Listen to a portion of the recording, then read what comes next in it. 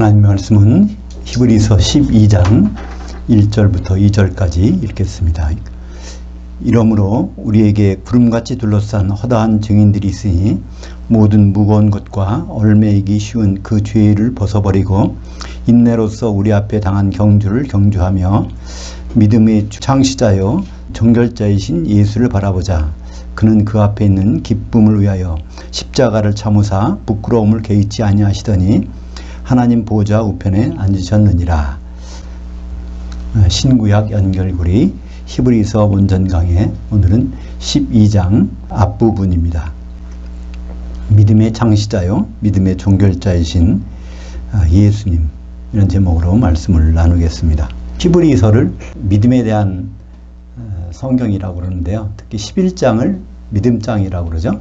근데 사실 11장은 12장이 있기 위해서 있는 겁니다. 예수님의 믿음을 구체적으로 설명하기 위해서 그 전에 사람들의 믿음이 어떤 믿음인가, 그런 내용이 지난 시간 11장을 통해서 살펴봤습니다. 여기 1절에 보니까 이러므로, 그래서 이 이러므로라는 것은 11장의 내용을 봤습니다. 그러니까 구약 성도들은 믿음으로 살다가 결국 죽었는데, 그 사람들이 생각했던 그 바라는 것, 그것이 바로 기초석이 있는 그 성. 그러니까 히브리서 11장 10절에 보면 아브라함이 하나님이 설계하시고 건축하신 기초석이 있는 그 성을 바라고 이제 믿음으로 죽었다고 그랬습니다. 또 하나님은 그래서 히브리서 11장 16절에 하나님은 그 성을 예비하셨다고 기록하고 있습니다. 그래서 이제 그것을 바라고 죽었는데, 그럼 그 성이 누가 어떻게 만들겠느냐. 그래서 마지막에 히브리서 11장 39절하고 40절 보겠습니다. 이 사람들은 다 믿음으로 말미암아 인정받았으나 약속을 받지 못하였으니 이는 하나님이 우리를 위하여 더 좋은 것을 예비하셨은즉 우리가 아니면 그들로 온전함을 이루지 못하게 하려 하심이라. 그래서 히브리서 12장 1절에 이러므로, 그것은 그 이유가 나옵니다. 구약 성도들이 이거를 바라고 죽었는데, 그러니까 우리 신약 성도들은 무엇을 할 것인가, 이게 분명해졌다는 것입니다. 그래서 우리는 그냥 우리부터 시작하는 것이 아니라 우리 이전에 믿음의 사람들이 있었고, 특히 히브리서를 기록할 때 신약 성도들이 거의 없었거든요. 그러니까 구약 성도들이 그런 그 증인으로 있기 때문에 이제 우리가 해야 할 일이 있는데, 여기 보니까 여기 경기한다는 내용이 나왔어요. 경주. 우리가 보통 뭐 필드가 있고 뭐 트랙 경기가 있죠. 그 트랙과 같은 단어입니다. 트랙이라고 그래서 경주를 하려면 그냥 이렇게 이런 복장하고 뛸 수는 없잖아요. 거기에 달릴 수 있는 그런 복장을 하고 뛰어야 되죠. 그래서 이제 우리 신약 성도들이 이제 경기에 임하게 됐는데, 그 경기가 이제 구약 성도들이 바톤을 받아 가지고 릴레이를 뛰고 있는데, 우리가 뛰려면은 그래서 우리가 준비를 해야 되지 않느냐. 그래서 이제 그 준비에 지장을 주는 것이 죄라는 겁니다. 무거운 것. 그러니까 하나님의 생각에서, 관점에서 벗어난 것이 다 죄니까. 그러니까 그걸 벗어버리고 이제 준비를 잘해서 경주를, 우리 앞에 당한 경주, 우리가 맡은 일은 바로 새 예루살렘 성이 되는 것이죠. 그것을 경주하며, 그것은 구체적으로 에베소서 2장 20절에 나옵니다. 성도들이 무엇을 하는 사람인지 읽어보면, 너희는, 성도들은, 교회는 그런 뜻입니다. 사도들 곧 선지자들의 기초석 위에 세우심을 입은 자라. 너희도 성령 안에서 하나님이 거하실 처소가 되기 위하여 그리스도 예수 안에서 함께 지어져 가느니라. 우리가 경기를 하고 나면 무엇이 이루어지냐면 하나님의 처소가 이루어집니다. 그것이 교회고, 그것이 완전히 발전되면 새 예루살렘 성이 되고 예수님의 신부, 어린 양의 신부인 새 예루살렘 성이 되는 것이죠. 그래서 우리가 왜 새 예루살렘이 성이 돼야 될까? 그것이 바로 구약 성도들이 그를 바라고 믿음으로 죽었기 때문에 그렇습니다. 그래서 그 새 예루살렘 성을 다시 한번 확인해 보면 그 성이 기초석이 있는지, 그리고 그 새 예루살렘 성이 궁극적으로 누구 집인지 그게 나옵니다. 요한계시록 21장 14절과 22절을 보겠습니다. 그 성의 성곽에는 12기초석들이 있고 그 위에는 어린 양의 12사도들이 12이름들이 있더라. 이것이 바로 에베소 2장 20절 판박이 아닙니까? 사도들이 기초석이고 그 외에 성도들이 서 있는 한 개의 벽으로 서 있는 그 모습이 나오는데 21장 22절에 그 성 안에 내가 성전을 보지 못하였으니 이는 주 하나님 곧 전능하신 이와 그 어린 양이 그 성전이심이라. 그래서 이 성벽이 있고 성전이 있고 따로따로 있는 것이 아니라 그때 가서는 그 새 예루살렘 성이 자체가 하나님의 성전이라는 것입니다. 그러니까 우리가 지금 교회가 성전이라고 그러는데 이 교회가 어떤 모습으로 나가는지를 볼 수 있는 거죠. 건물을 따지면 새 예루살렘 성전, 또 하나의 인격체를 따지면 어린 양의 신부. 근데 두 가지를 구약 성도들은 믿음으로 바라봤던 것입니다. 2절을 볼까요? 2절이 참 히브리서에서 또는 성경 전체에서 예수님이 어떤 분이라는 걸 딱 표현한 것입니다. 2절에 믿음의 창시자여 또 종결자이신 예수를 바라보자. 근데 여기서 이제 원래 믿음의 창시자, 종결자인데 종결자 앞에는 정관사가 없어요. 그러니까 믿음의 창시자이면서 동시에 종결자라는 얘기죠. 그죠? 창시자가 있고 종결자가 있는 게 아니라 믿음의 창시자이면서 동시에 종결자이신 우리 주님이 그런 분이라는 거예요. 그런 분을 바라보자는 것입니다.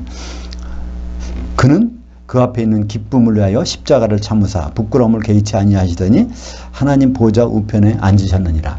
그러니까 믿음의 창시자라면 믿음을 맨 먼저 시작하신 분이에요. 그러니까 믿음이라는 것은 뭐라고 그랬죠? 설득당한 건데 그럼 하나님이 무슨 생각을 가지셨는데 설득당하셨을까? 창세기 가보면 3장 22절에 하나님이 어떤 생각을 갖고 계신 것을 표현하십니다. 그게 아담이 선악과를 먹었을 때 그때 그런 말씀하시죠. 우리 중 하나가 바로 선악을 아는 일에 있다는 겁니다. 그죠? 아담이 그런 것 같이 그러니까 우리라는 단어를 썼어요. 하나님이. 그죠?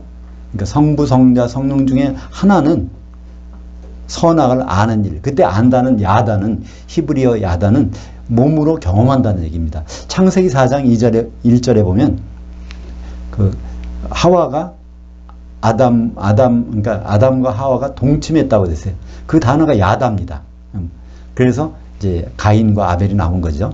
그렇게 몸으로 직접 경험하는 것. 그러니까 선과 악을 몸으로 경험하는 것이니까 생명과 사망을 몸으로 경험하는 거예요. 그러려면 사람이 될 수밖에 없잖아요. 하나님은 죽으실 수 없으니까. 그래서 그 말씀에 설득당한 분이 바로 우리 예수님입니다. 그래서 믿음의 시작이 거기서 나온 거예요. 예수님. 아브라함이 믿음이 갖기도 전에 벌써 예수님은 그 믿음을 가지고 계셨습니다. 그래서 시작이고 그러니까 그 믿음을 이뤄낸 분이 바로 예수님이시죠. 그래서 선악을 아는 일, 그러니까 그 죽음과 부활을 몸으로 경험하신 그분의 이야기를 볼 수 있습니다. 창세기 3장 22절 여호와 하나님이 이르시되 보라 이 사람이 여기 사람이 아니라 번역하려면 아담이라고 해야 됩니다. 히브리어는 똑같이 발음이 아담이지만 인간을 나타내는 아담과 우리 조상 아담을 나타내는 아담이 좀 다른 단어죠. 우리도 보면 눈이 있고 눈이 있어요. 똑같은 건데 사실 다른 거 있잖아요. 그 눈이 내린다. 눈으로 보는 거. 뭐 밤도 있고 밤도 있고 발도 있고 발도 있고. 근데 아담도 공교롭게도 우리 조상 아담이 있는가 하면 최초의 땀이 된 땀이 뭐라고 그러죠? 피가 있는 인간 최초의. 그래서 그 최초의 피가 있는 존재라고 그래서 아담. 우리 조상 아담은 아담아에서 흙에서 빚었다 그래서 아담이 된 것입니다. 창세기 3장 22절은 그래서 그게 아담이 선악과를 먹었기 때문에 선악을 아는 일에 우리 중 하나와 같이 되었으니 그러니까 이 말씀에 설득당해서 예수님은 믿음의 창시자가 됐고 그것을 십자가에서 이루셔가지고 믿음의 종결자가 되신 것입니다. 빌립보서 2장 6절에 보면 그 부분이 확실히 드러나죠. 그냥 하나님으로서 그 능력을 가지고 그 일을 행하신 것이 아니에요. 그냥 완전히 하나님 자리는 100% 비워놓고 100% 사람이 되셔서 일을 행하신 것입니다. 빌립보서 2장 6절, 7절, 8절 보겠습니다. 그는 근본 하나님의 본체시나 하나님과 동등됨을 취할 것으로 여기지 아니하시고 오히려 자기를 비워 종의 형체를 가지사 사람들과 같이 되셨고 죽기까지 복종하셨으니 곧 십자가에 죽으심이라. 십자가에 죽으심이 그게 믿음을 표현하는 그러니까 예수님의 유일한 방법이에요. 그래서 얻으신 것이 나옵니다. 오늘 보면 예수님이 십자가를 지실 때 어떻게 됐냐면, 그러니까 우리가 생각해도 그렇잖아요. 그 최후의 유혹이라는 영화를 보면 그게 끔찍한 피를 철철 흘리고 40대의 매를 맞고 십자가에 못 박히고 하는 거, 그런 고통, 그런 게 있잖아요. 근데 그거보다도 심한 고통을 예수님이 갖고 계셨는데 그걸 어떻게 이기셨겠느냐, 그 비결이 나옵니다. 하나님, 예수님은 요 십자가를 질 때 요걸 보지 않았다는 거예요. 십자가 너머에서 생기는 그게 있습니다. 그게 뭐라고 그러죠? 앞에 있는 기쁨을 위하여 십자가를 지셨다. 근데 기쁨, 카라라고 하는 것이 여성 명사입니다. 그 기쁨에 뭐가 있다는 거예요? 아담을 한번 생각해 보시죠. 아담이 자기 갈비뼈 피를 내서 자기 아내를 데리고 올 때 얼마나 기뻤겠습니까? 그죠? 이는 내 살 중에 살이요 뼈 중에 뼈다. 그러니까 그걸 기쁨으로 맞이한 것입니다.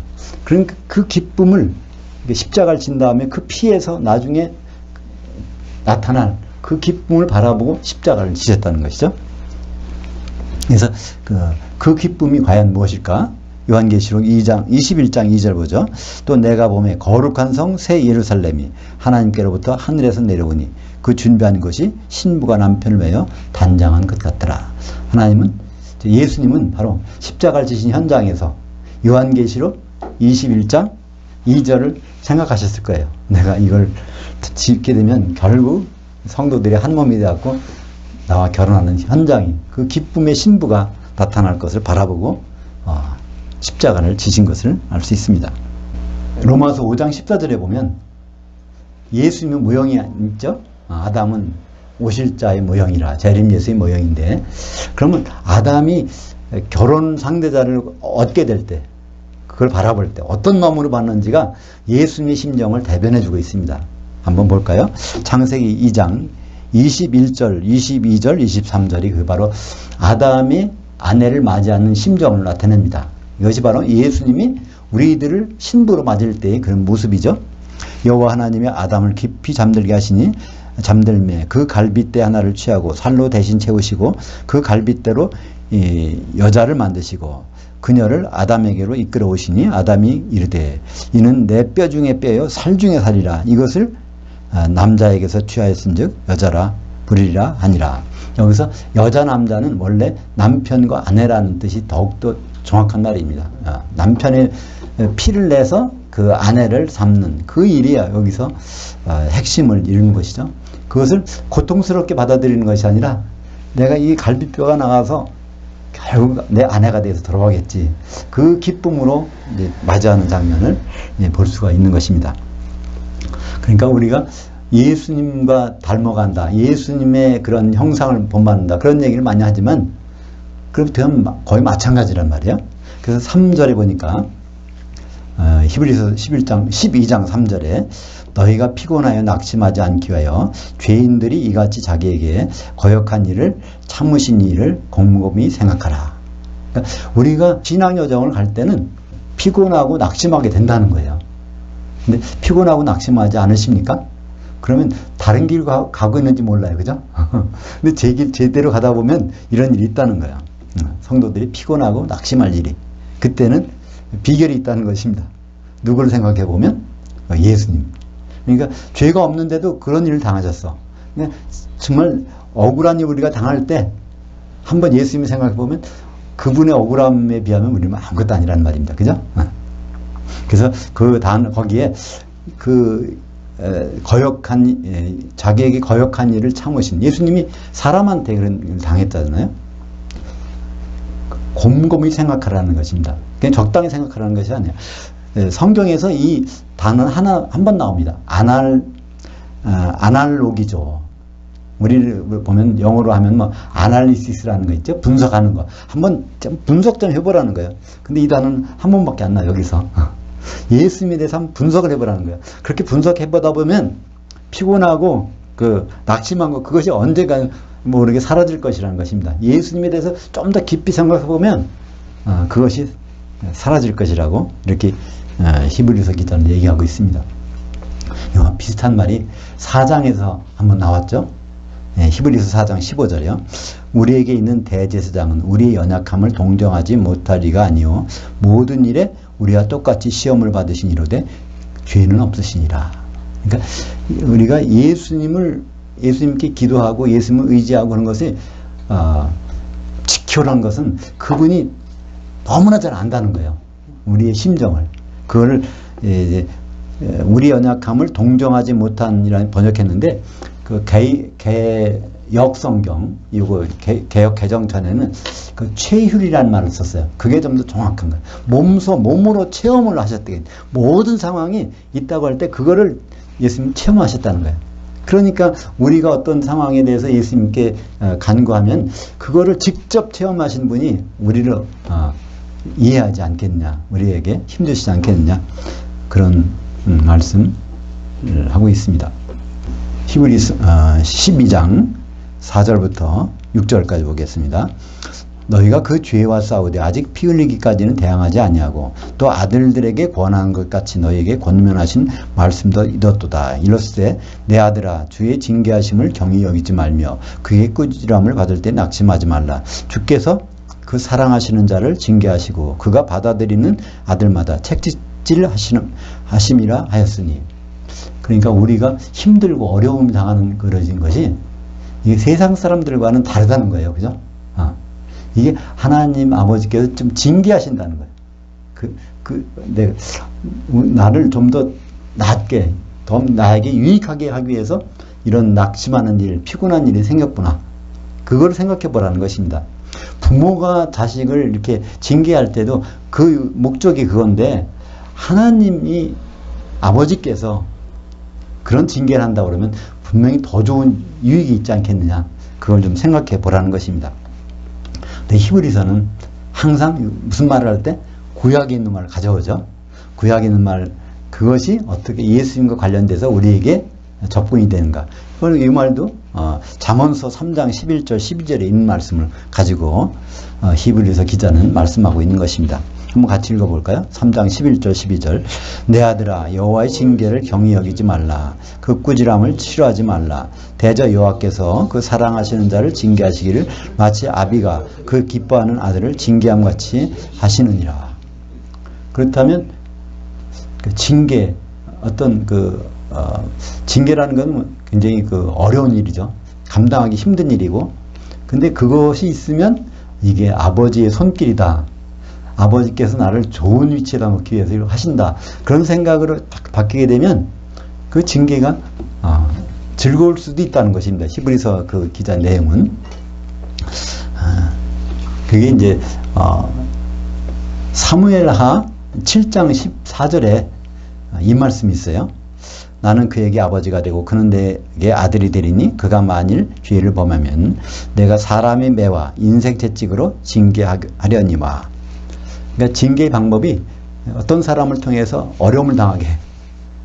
또 인생에서 채찍 맞는 일이 생겨. 어려운 일이, 곤란한 일이.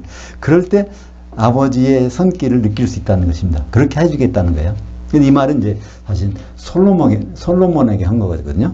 솔로몬이 다윗이 이제 성전 짓는 거를 지려고 할 때, 다윗 너는 짓지 마. 난 피를 흘려서 안 돼. 네 아들 보고 짓게 하도록 하라.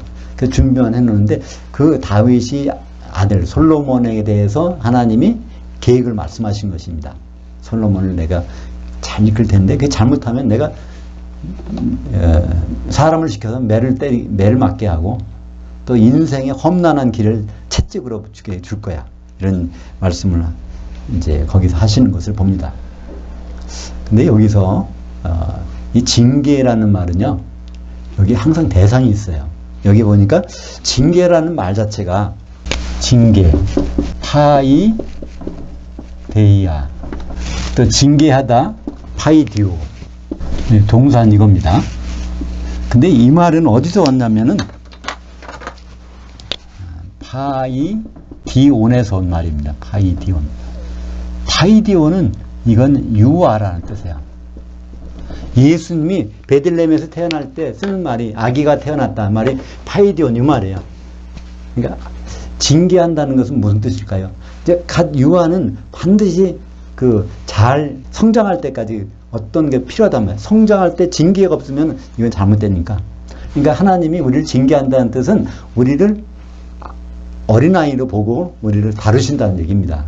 그러니까 다른 사람, 어른들을 가지고 어떻게 한다는 얘기가 아니에요. 이걸 어린아이니까 좀 좋은 길로 갈 수 있도록, 그죠? 그러니까 징계받는 일은 어떤 의미일까요? 하나님의 어린아이가. 그러니까, 내가 하나님께 징계를 받는 것 같다. 그럼 하나님 나를 어린아이로 생각하시고 나를 다뤄주시는구나. 그 단어가 이제 징계라는 말 속에 있습니다. 징계는 뭐 때린다, 채찍질한다, 뭐 그런 개념이 우리말 단어지만 성경에 있는 징계라는 단어는 바로 어린아이를 잘 장성한 자리에까지 올려가도록 하는 그 사랑의 매라는 그런 단어의 의미가 있습니다. 7절, 8절을 보겠습니다. 너희가 참음은 징계를 받기 위함이라. 하나님의 아들들 같이 너희를 대우하시나니 어찌 아버지가 징계하지 않는 아들이 있으리요. 징계는 다 받는 것이거늘 너희가 없으면 사생자들이요 친아들이 아니라. 그래서 우리가 인생을 살면서 신앙생활 하면서 난 징계가 없어. 그러면 혹시 의심해 봐야 된단 말이에요. 내가 거듭나서 하나님의 자녀가 됐는데, 아들이 됐는데 이게 사실일까? 내가 세상으로 막 가고 있는데도 더 잘 돼, 일이요. 더 아무것도 안 일어나고. 그러면 여기 밑에 히브리서의 말씀대로 사생자가 아닌가, 신하들이 아닌가, 생명체 이름이 없어진 거 아닌가 생각해 보여야 될 것입니다. 신명기 보면 신명기 8장 5절부터 7절 그 다음에 10절을 보겠습니다. 그때 신명기는 사실은 제2계명이란 뜻입니다. 디오트로노미라고 그래서 사실 율법의 첫 번째 계명은 레위기예요. 레위기에 보면 어떻게 해야 되고 제사를 어떻게 해야 되고 모든 법도가 나왔습니다. 레위기. 레위기는 언제 받은 거냐면 출애굽해갖고 시내산에서 받았어요. 신명기는 언제 주신 거냐면 광야 다 끝내고 요단강 건너기 전에, 그러니까 모세가 죽기 전에 이제 유언한 게 신명기란 말이에요. 그죠? 그래서 신명기 내용들은 이제 어디를 앞두고 했냐면 가나안 땅에 들어간 걸 앞두고 한 것입니다.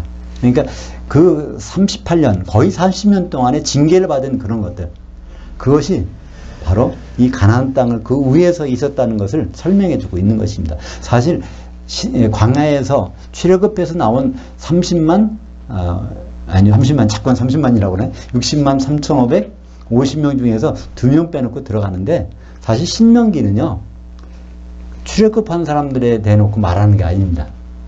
광야에서 태어나고 거기서 자라서 또 출애굽할 때 아직 20세가 안 된 어린 사람들, 그 사람들이 이제 가나안 땅에 들어가는데 그 사람도 징계받았거든.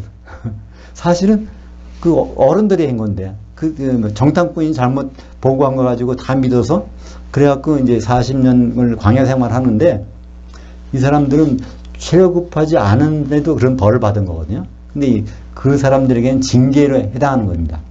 유아가 받은 거예요. 어린아이가 받은 그런 것은 바로 가나안 땅에 들어가기 위해서 받은 것이라는 것입니다.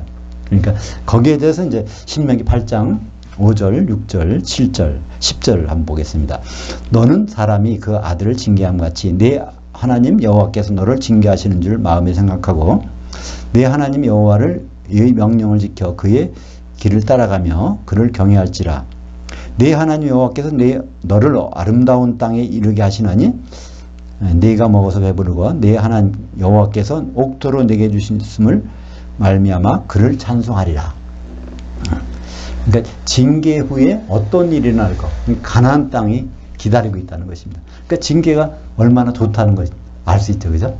그러니까 징계 이후에는 하나님이 천국을 준비하고 계시는데, 광야에서 맛보지 못하던 것, 광야에서 맨날 만나나 먹고 미추라기 먹었는데 가나안 땅에 가면서 첫째 변한 것이 무엇입니까? 만나가 안 내린단 말이에요. 거기는 메추라기도 안 주셔. 그럼 어떻게 먹어야 돼요? 거기서는 땅에서 나는 것을 먹어야 돼. 그죠? 땅에 안 젖과 꿀이 흐르는 땅이라지만 거기에 안 심겨서 그 뿌리를 받고 터가 굳어져서 거기서 모든 가지들이 잎사귀와 그 뿌리들이 다 협력해서 열매 맺어야 그걸 먹는 거죠. 그죠? 완전히 광야 생활과 가나안 땅의 생활은 바뀌는 것입니다. 사실 가나안 땅의 생활이 교회 생활인 거죠. 우리가 그리스도의 터에 뿌리를 박아서 거기 세워져서 열매를 많이 맺어야 되는 그런 생활이 바로 우리의 생활입니다. 그러니까 우리는 개인적인 생활이 없어요. 가나안 땅에서는. 광야의 생활은 개인적으로 돼요. 각자 1대1로 만나를 주시거든. 근데 가나안 땅에 가서는 그 나무가 돼야 돼. 그래야 그 열매를 같이 먹을 수 있단 말이죠. 그 토양에서. 9절입니다. 또 우리 육신의 아버지들이 우리를 징계하여도 공경하였거든 하물며 영들의 아버지께서 더욱 복종하며 살려하지 않겠느냐. 우리는 육신의 아버지가 있는 것처럼 영의 아버지가 있습니다. 우리가 이제 영이란 개념이 막연하기 때문에 그걸 모르지만 언제 확실히 알 수 있죠? 우리가 부활하면 완전히 영의 몸을 입으니까 우리가 정말 육신의 사람하고 차이가 난다는 걸 알겠지만 뇌가 아무리 잘 연구를 한다고 해도 뽕잎을 먹고 있는 동안은 나비의 세계는 모르지만 그죠? 나비가 돼보면 들떠 아는 거죠. 그래서 우리는 이 세상에 부모 자식 간의 관계를 주셨어요. 그 주신 목적이 무엇일까요? 아버지와 우리도 영의 아버지가 계시다는 걸 잘 알라고 주신 것입니다. 출애굽기 20장 12절 내 부모를 공경하라. 그리하면 네 하나님 여호와가 내게 준 땅에서 내 생명이 길리라. 그는 육신의 부모를 공경하는 쪽에 목적이 있는 것이 아니에요. 그걸 통해서 우리 영의 아버지도 계시다는 것을 생각하라는 말입니다. 요한복음 1장 12절 13절을 보겠습니다. 그를 영접하는 자 곧 그의 이름을 향하여 믿는 자들에게는 하나님이 자녀들이 된 권세를 주셨으니 이는 혈통으로나 육종으로나 하나님 사람의 뜻으로 나지 아니하고 오직 하나님께로부터 난 자들이니라. 그래서 이 말 때문에 많이 오해를 하죠. 요한복음 1장 12절 때문에 오늘 예수님을 영접하세요. 구주로. 그러면 구원받습니다. 그래서 이제 영접 고백을 하고 기도시키고 야 오늘 당신 구원받았습니다. 그래갖고 이제 하나님의 아들들을 많이 양산하잖아요. 근데 이 말은 그게 아니란 말이에요. 그죠?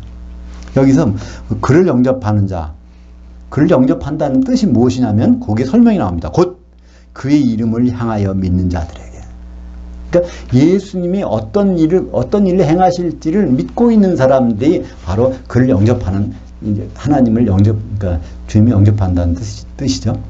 한 번 일순간에 고백했다고 해서 영접하는 거 아닙니다. 그것은 바로 그분의 일들을 추적해 나가면서 끝까지 그걸 믿고 있는 자, 그런 자는 뭐 하나님의 아들이 된다는 거죠. 그것이 바로 하나님께로서 난 자의 차이점입니다. 그러니까 그러니까 한순간에 구원 시작은 될 수 있지만 그것이 유지가 되는 것은 다른 문제입니다. 그래서 요한복음 3장 6절에 육으로 난 것은 육이요 엄마 뱃속에서 양수가 터져서 난 것은 그건 육으로 난 것이고 영으로 난 것은 여기 죽었던 영이 살아나는 것, 그것은 영으로 나는 것입니다. 10절 보겠습니다. 그들은 육신의 아버지들은 잠시 자기 뜻대로 우리를 징계하였거니와 오직 하나님은 그의 거룩함에 동참하는데 유익하도록 징계하시느니라. 거룩한 분량이까지 거룩한 사람이 될 때까지 징계를 하신다. 끊임없이. 거룩한 분량이라는 것은 무엇일까요? 그러니까 헬라어로 하면 굉장히 쉬운데 거룩함이라는 건 하기오스예요. 하기오스를 또 뭐죠? 형용사 하기오스인데 하기오스가 명사가 되면 성도예요. 성도. 그러니까 성도의 자리에까지 갈 수 있도록 신자에서부터 성도의 자리까지 갈 수 있도록 징계하신다는 말이죠. 신자와 성도는 다릅니다. 데살로니가 후서 1장 10절에는 이제 구분이 나와요. 그가 예수님이 공중에 오실 때 성도들에게서는 영광 받으시는데 믿는 자들에게는 기여기심을 받으시라. 놀란다는 거예요. 믿는 자들이. 이런 일이 있을 수 있나? 우리가 왜 지옥 가야 되지? 이런 일이 벌어진다는 거예요. 그러니까 신자와 성도가 분명히 차이가 납니다. 우리는 지금 성도라고 하지만 이 완전히 완성된 성도는 아니에요. 성도로 되어가는 과정이야. 성도. 그때까지. 그죠? 그러니까 성도와 신자를 구분하는 쉬운 방법은요. 에베소서 1장 2절이나 골로새서 1장 1절에 보면 그리스도 안에서 신실한 자들, 그리스도 안에서 신실한 형제들이라는 말을 쓰는데, 그러니까 그리스도 교회 안에 교회를 이루고 있는 신자가 성도라는 뜻입니다. 성경에서 보면 교회를 그리스도의 몸을 이루고 있다는 거예요. 그냥 개인적으로 나가 있으면 이건 성도가 아니라는 것입니다. 그러니까 그런 자리까지 우리를 징계하시는 거예요. 진짜 성도가 되기까지. 그래서 징계라는 것은 다시 한번 파이데이아, 파이디온을 어린애를 신자를 성도가 될 때까지 이렇게 다루시는 분이 징계하시는 그분이십니다. 그래서 여기에 10장에 거룩함이라는 명사가 나와요.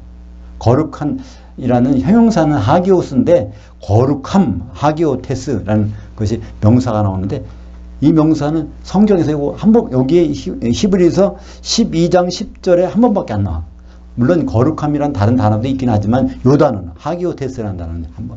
그러니까 요 거룩함을 향해서 가고 있는 것입니다. 그러니까 궁극적으로 목표를 아시죠? 예수님의 한 아내 자리까지 들어가는 거. 우리가 지체들이 하나가 돼서 그렇게 하는데 유익하도록 징계하시느니라. 그러니까 하나님의 징계 받는다면 이 거룩함아 하기오테스의 나를 거기에 들어가게 하시는구나. 레위기 11장 44절. 그러니까 이것도 구약 레위기 11장이라는 말을 가지고 이 거룩해야 된다는 말을 여기 설명하고 있는 겁니다. 히브리서 기자는 같이 보죠. 나는 여호와 너희의 하나님이라. 내가 거룩하니 너희도 몸을 구별하여 거룩하게 하고 땅에 기는 길짐승으로 말미암아 스스로 더럽히지 말라. 나는 너희의 하나님이 되려고 너희를 애굽 땅에서 인도해낸 여호와라. 내가 거룩하니 너희도 거룩할지라. 레위기 11장은 좀 독특한 장이에요. 레위기 11장은 무슨 장이냐면 먹을 수 있는 음식과 먹을 수 없는 음식, 먹을 수 있는 짐승과 먹을 수 있는 거, 없는 거와 있는 거, 먹을 수 있는 곤충과 먹을 수 없는 곤충, 그런 것들 구분해 놨어요. 그렇게 한 다음에 너는 거룩하라는 거예요. 그러니까 정말 짐승처럼 곤충처럼 그런 것이 아니라 그 중에서 정말 원하는 사람이 되라는 거죠. 거기서 나오는 것이 이제 뭐가 있죠? 되새김질하는 거 먹으라는 거죠. 그리고 굽이 갈라진 거. 그 생선은 지느러미가 있는 거, 비늘이 있는 거, 곤충은 뒷다리가 있어요. 바짝 떼어놓는 거. 그거만 먹으라는 거. 그게 거룩한 구별이에요. 그러니까 거룩한 사람은 어떻게 하죠? 되새김질하니까 이거 말씀을 계속해서 묵상하는 거예요. 그죠? 다시 한번 이렇게 생각해보고 꼼꼼히. 이제 굽이 갈라지니까 분별해 보는 수. 그러니까 거룩한 사람은 분별해 볼 수 있는 거예요. 그리고 거룩한 사람은 생선을 보면 알 수 있어요. 지느러미가 있다는 얘기는 물결이 휩싸이지 않고 세상 회파에 휩쓰지 않고 자기가 원하는 방향으로 가는 거예요. 그죠? 그리고 또 비늘이 있다는 얘기는 바로 이 비늘은 염분을 차단해 줍니다. 그래서 아무리 짠 바다에서 생선을 잡으거든요. 거기 올려갖고 금방 회를 뜨면은 염분이 하나도 없어. 근데 이게 죽은 것은 염분이 배에 들어가지고, 그죠? 그러니까 비늘이 작동을 할 때는 염분이 거기서 잘 걸러져. 그래서 비늘이 작동을 멈추면 다 그 염분이 스며듭니다. 그리고 이제 곤충, 파리 같은 거 보면 땅에다가 그 배를 대고 다니잖아요. 더러운 거 다 묻히고 다니잖아요. 근데 메뚜기는 어때요? 뒷다리가 있어가지고 팔짝 뛴단 말이에요. 언제든지 땅에서 떨어질 준비가 돼 있는 거. 그러니까 그걸 우리 먹을 수 있는 거고, 그것이 바로 거룩함의 상징입니다. 그래서 레위기 11장 44절에 그걸 얘기를 다 하고 곤충, 먹, 육식 뭐 이런 거 그런 얘기 하신 다음에 마지막에다가 이제 우리가 그렇게 구별돼야 된다 그 말씀을 하고 있습니다. 근데 이 내용을 베드로는 잘 이해를 못했던 것 같아요. 그래서 사도행전 10장에 보면 베드로에게 누가 옵니까? 고넬료 집에서 사람이 와서 데려가려고 그래. 근데 고넬료는 이방 사람이잖아요. 그러니까 이방 사람은 더럽다고 생각했어요. 유대인들은. 그래서 만나지도 않아. 그러니까 먹지도 않고, 그러니까 먹는다는 얘기는 교제한다는 얘기인데 교제를 안 해요. 그러니까 그 사람이 이제 바로 오는데 베드로가 이제 그 다락에 올라가서 위에 올라가서 기도하는데 그게 아주 가증한 먹지 못할 더러운 것들이 레위기 11장에서 먹지 말라는 것이 광주리에 쌓여가지고 내온단 말이야. 집어먹으라 그러는데 그 자기는 그거 못한다는 거였어요. 베드로가. 그죠? 근데 3번씩이나 넌 그거 먹으라 하는 거예요. 내가 거룩하게 했었다는 거예요. 넌 그렇게 그러지 말라는 것입니다. 그러고 나서 이제 이방인이 오는 거예요. 그러니까 베드로가 깨닫고 나서 그 사람들이 말을 하거든. 그러니까 그래서 깨우쳐 주셨구나. 그래서 그 레위기 11장이 바로 대인관계에 대한 장이라는 것을 베드로가 그때서야 깨닫게 됩니다. 그래서 그게 이제 거룩이라는 것은 결국 사람의 관계, 또 우리가 그런 사람이 돼야 되고 이것을 말해주고 있는 것입니다. 그래서 우리는 성도들이 하나가 되는 건 좋아요. 근데 하나가 됐다고 다 된 건 아닙니다. 우리는 하나가 돼야지. 이제 많은 사람들을 모아서 하나가 되려고 하는데요. 그게 좀 아플 수가 있어요. 그게 이제 데살로니가전서 5장 23절 보겠습니다. 평강의 하나님이 친히 너희를 온전히 거룩하게 하시고 또 너희의 온 영과 혼과 몸이 우리 주 예수 그리스도께서 강림하실 때 흠없게 보존되기를 원하노라. 우리가 하나가 돼야 되는데 거기 흠이 있는 지체가 있으면 전체 탈락이야. 전체 탈락.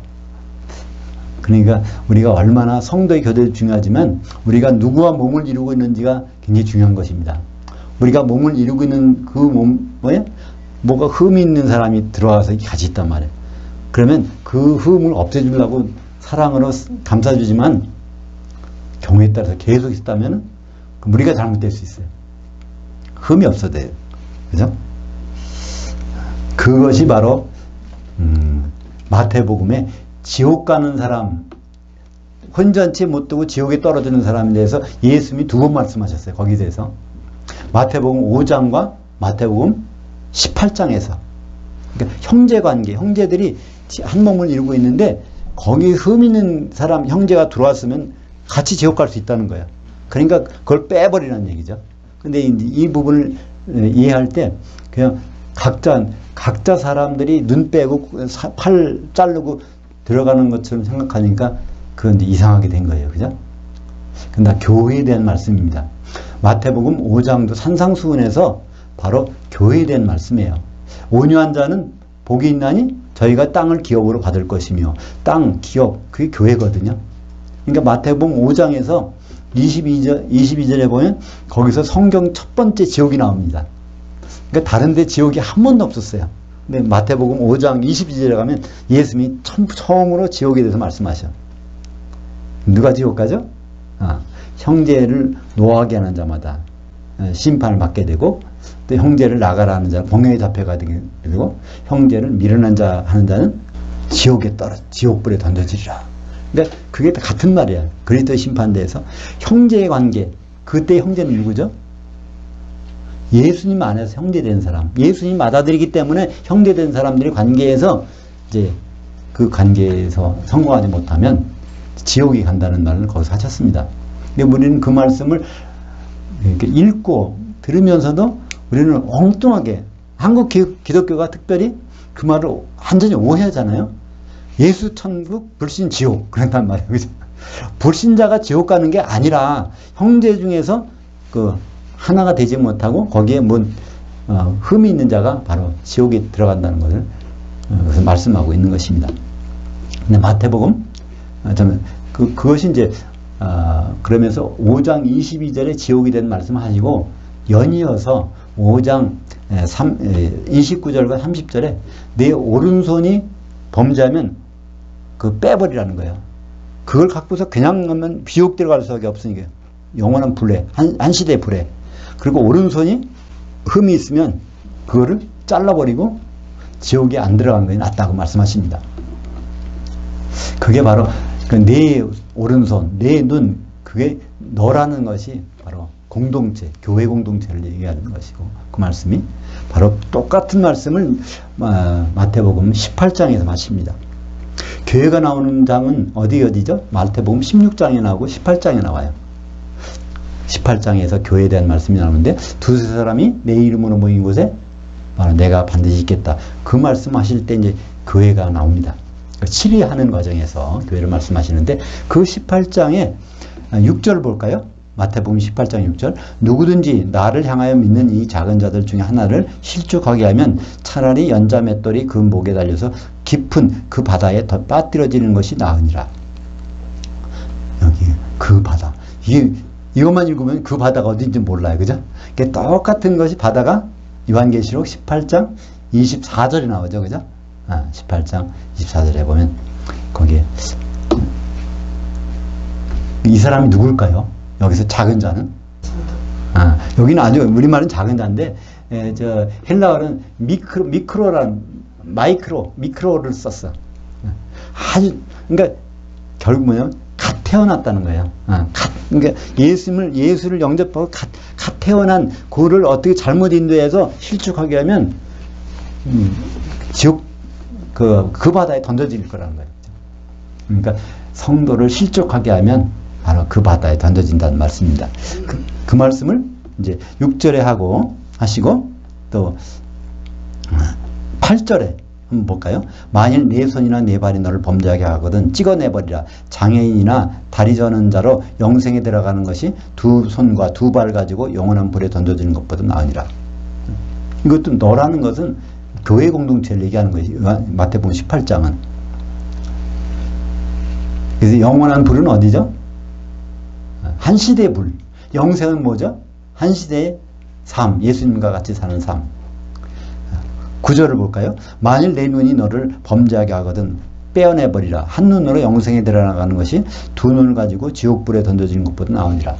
그러니까 이것은 우리가 어떤 성도와 교제해야 되느냐, 어떤 성도와 몸을 이루느냐, 그것은 하나 되는 것만 중요한 것이 아니에요. 어떤 지체들이 우리 구성원이 되느냐. 이건 참 어떻게 보면 나중에 가서 그때 가서 후회할 수 있어. 도매금으로 넘어갈 수 있어. 근데 예수님은 친절하게도 이 말씀을 미리 해주셨어요. 이것이 바로 교회에 대한 말씀입니다. 11절 보겠습니다. 무릇 징계가 당시에는 즐거워 보이지 않고 슬퍼 보이나 후에는 그로 말미암아 연단받은 자들에게 의와 평강의 열매를 맺느니라. 그래서 흠이 없어지면 다 그런 상태에서 한 몸이 되면 의와 평강의 열매를 맺느니라. 의는 결국 죄가 없다는 거죠. 그죠? 죄가 다 해결됐다는 거예요. 평강은 뭐죠? 하나가 되는 거예요. 에이레네 하나가 된 그 아주 열매로 나타나게 되는 것입니다. 이것도 이사야서 32장 16절 가지고 이 말씀 하셨어요. 그때 정의가 광야에 거하며 공의가 아름다운 밭에 거하리니 공의의 열매는 화평이요 공의의 결과는 영원한 평안과 안전이니라. 이사야. 그러니까 하나님이 징계가 끝나고 나서 이제 이게 나타나는 것이라는 것을 말씀하고 있습니다. 여기에 공의라는 것이 사실 의라고 번역하는 게 더 나은데 공의가 아니라 의. 그러니까 죄가 아닌 것, 그것이 이제 드러나게 될 때 그 자리가 안전하다는 것입니다. 11에서 12장 14절, 오늘 13절까지인데 14절을 볼까요? 모든 사람들과 더불어 화평함과 거룩함을 따르라. 이것이 없이는 아무도 주를 보지 못하리라. 그러니까 주는 다 보긴 보는데 이게 주의 만찬에 가서 주님 못 보는 경우에, 그죠? 가서 오찬은 다 봐. 근데 만찬에 가서는 이제 그 예복 입은 사람만, 한 세마포 속에 들어간 사람만 만찬에 들어가는 거예요.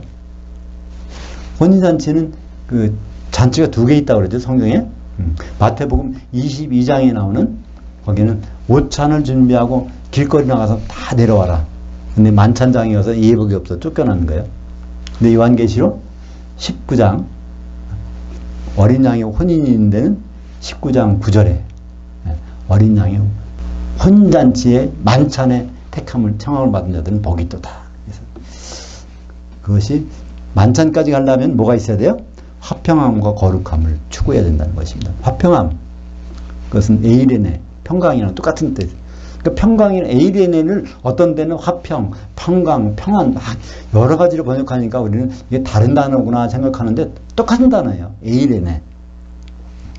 그리고 거룩함, 이것이 바로 성도가 진짜 성도가 되는 거죠. 그죠? 야고보서 3장 18절에도 화평하게 하는 자들은 화평으로 심어 의의 열매를 거두느니라. 근데 우리말로 화평하니까 이제 어려워. 근데 에이레네라는 말 가지면 굉장히 쉽죠. 에이레네 되면은 그게 결국 의의 열매로, 죄가 없는 열매로. 에이레네. 히브리 말로 하면 뭐죠? 샬롬.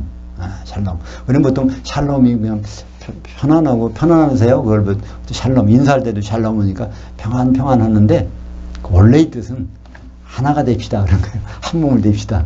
그 샬롬 인사하는 하나. 12절, 13절을 보겠습니다. 같이 보죠. 그러므로 피곤한 손들과 연약한 무릎들을 일으켜 세우고 너희 발들을 위하여 곧은 길들을 만들어 저는 다리로 하여금 어그러지지 않고 고침을 받게 하라. 그러니까 성도가 이래야 되나 봐요. 피곤하고 연약한 성도 생활을 걸어간다면 피곤하고 연약하대. 근데 이래갖고 이런 길에서도 그럴수록 곧은 길을 만들어 가라는 거예요. 곧은 길. 삐뚤빼뚤한 길로 하면은 이게 탈골한다고 나왔어요. 여기 저는 다리로 하여금 어그러지지 않게 하려면 어그러진다는 말은 탈골나지 않게. 그러니까 길이 삐뚤빼뚤하고 돌멩이 많고 그런 길을 걸어가면 이게 발목을 삘 수도 있잖아요. 그러니까 여기서 길을 똑바로 해놓고 가라는 거예요. 그러니까 우리가 기독교 교리라는 것이 있죠. 성경에 하나님은 어떤 경륜, 하나님 어떤 원칙을 가지고 우리를 인도하실까? 그럼 그거를 똑바로 가야지 다른 데로 새길로 빠져서 다니면 이게 탈고를 한다는 거야. 그럼 제대로 갈 수가 없다는 거죠. 그죠?